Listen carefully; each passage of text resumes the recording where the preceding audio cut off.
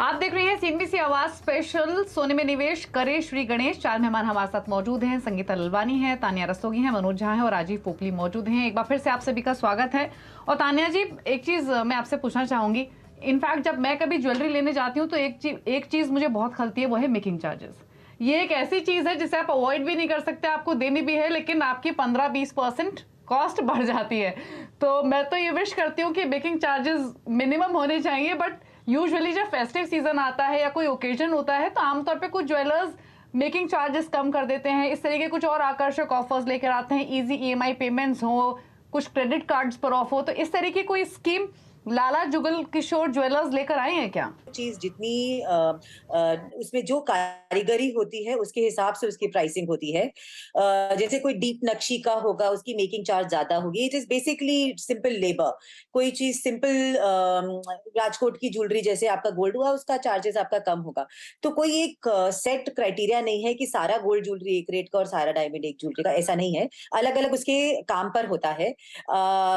Also हम लोग जैसे लाला जुगल किशोर आपने जब पूछा था कलेक्शन के लिए, so what we do is कि अगर आप देखें तो मैक्सिमम ज्वेलरी हम लोग बोलते हैं, पर जो लेडीज हैं मैक्सिमम नंबर ऑफ ज्वेलरी जो आज खरीदी जाती है वो एक होता है रिंग्स और एक होता है डैंगलर्स। आजकल लेडीज को डैंगलर्स का यंगर जो 25 से लेके 35-40 तक का जो डेमोग्राफिक है, इनफैक्ट अब तो मैं कहूंगी कि 50 तक पकड़ लीजिए, वो इयररिंग्स ही बड़ी बड़ी इयररिंग्स पहनना चाहते हैं than anything else. So we do a festival every year of about a week where we produce and develop and show only the danglers and the rings. सिर्फ हम यही दो चीजें दिखाते हैं कार्निफूल के नाम से, and we take it to the different cities that we are at nearby.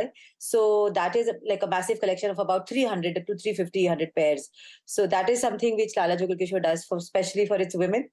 And making पे डेफिनेटली इस टाइम पर बहुत ही अच्छी डील्स दे रहे होते हैं, ऑफर करते हैं हम लोग। 25% तक अलग अलग ज्वेलरी फॉर्म पे अलग अलग डिस्काउंट है।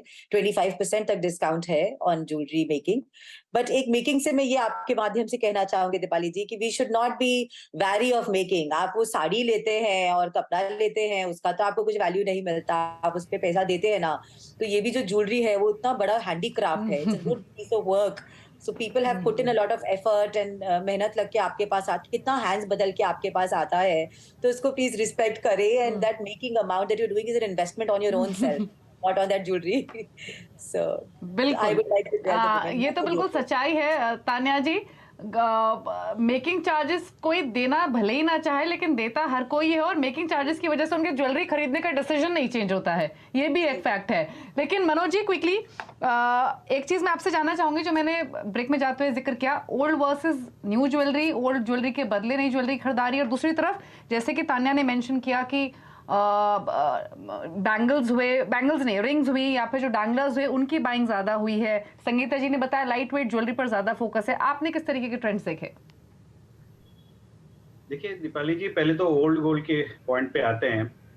ओल्ड गोल्ड की जो रिटर्न है, मतलब उसके सामने रिटर्न दे के लोग ज्वेलरी खरीद रहे हैं, उसका परसेंटेज काफी बढ़ गया है।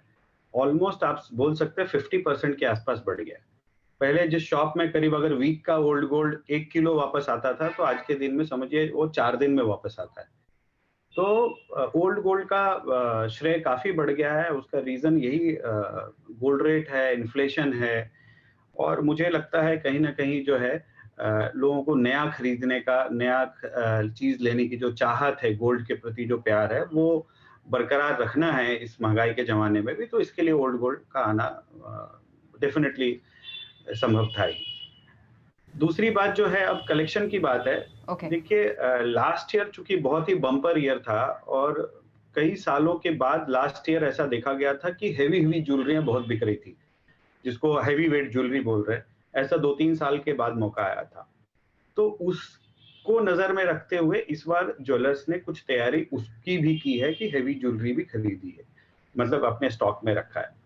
लेकिन अभी जो राइट नाउ जो ट्रेंड चल रहा है वो मीडियम वेट और लाइट वेट का ही चल रहा है, और उसके ग्राहक आ गए हैं, फुटफॉल भी काफी है, और उम्मीद है कि हैवी ज्वेलरी भी इस बार भी थोड़ी बहुत बिकेंगी जरूर।